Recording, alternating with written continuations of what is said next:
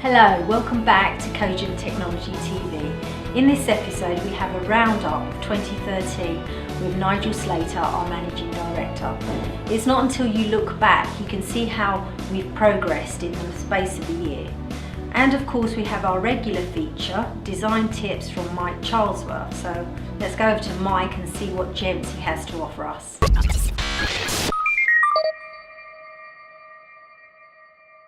Welcome back to Cogent Technology TV, and I'm going to be continuing today with my topics about design tips for PCB layout.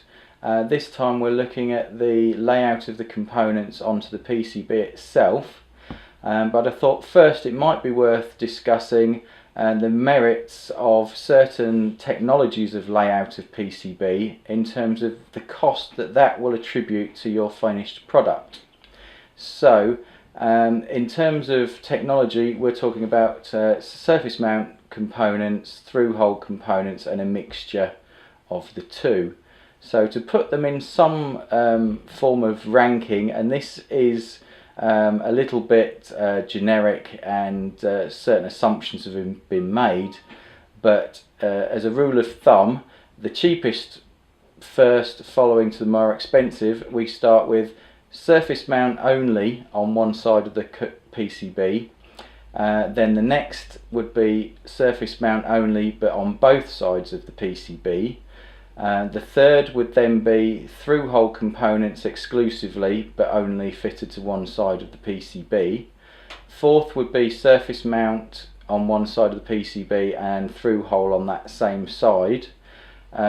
Fifth would be two surface mount, so that's surface mount on both sides of the PCB and then through hole on one side of the PCB.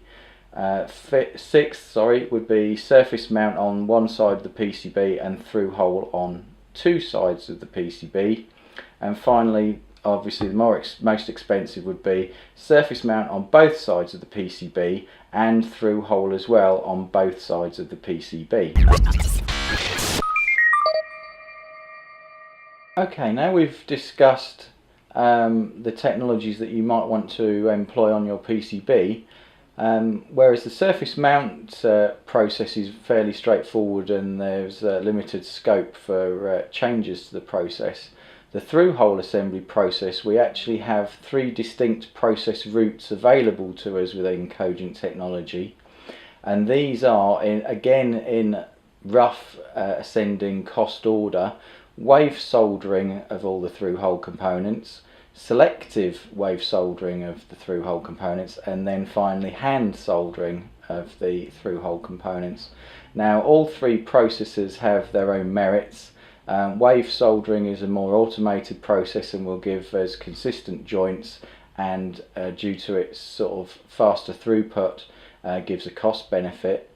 The selective wave soldering provides the same quality of solder joints and consistency as the wave soldering, but allows us to get into more awkward PCBs where a wave soldering process unfortunately is not possible. And then finally, the hand soldering tends to be used on very low volume products or products where there is no other choice but to hand solder, but again that unfortunately comes at a premium cost. Thanks Mike for that. I'm sure someone's going to appreciate that information. So now let's go over to Nigel where he'll be doing his review of the year.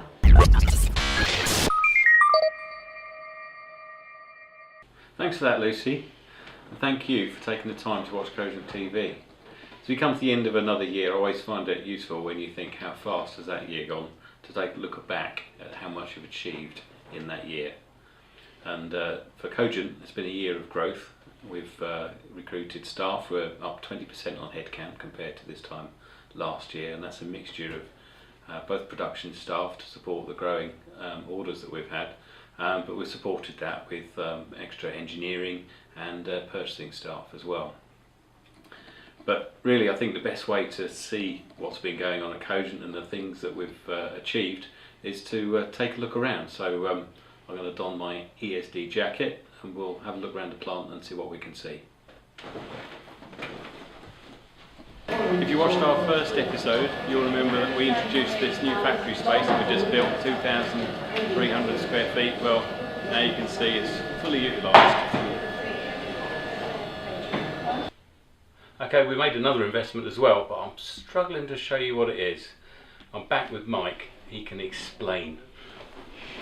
Okay, yeah, we're quite excited that we've invested now in a suite of software from a company called Aegis, which will help us with our front-end engineering.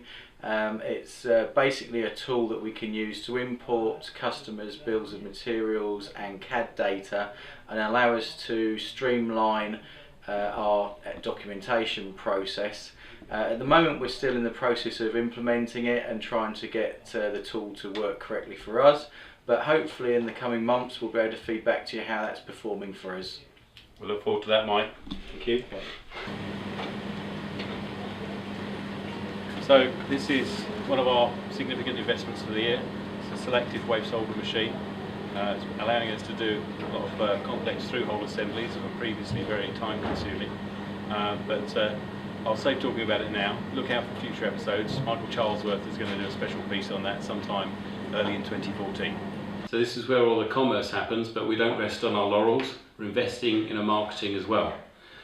We've just commissioned our new exhibition stand for 2014, and you'll see that first at the Southern Manufacturing Show at Farnborough. That's in February.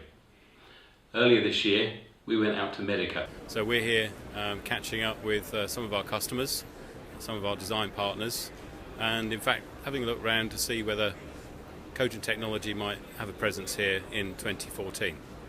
So watch this space and we'll advise you of our conclusion on that one in a future episode. So that was us in Dusseldorf for the Medica show. Now on to the next thing.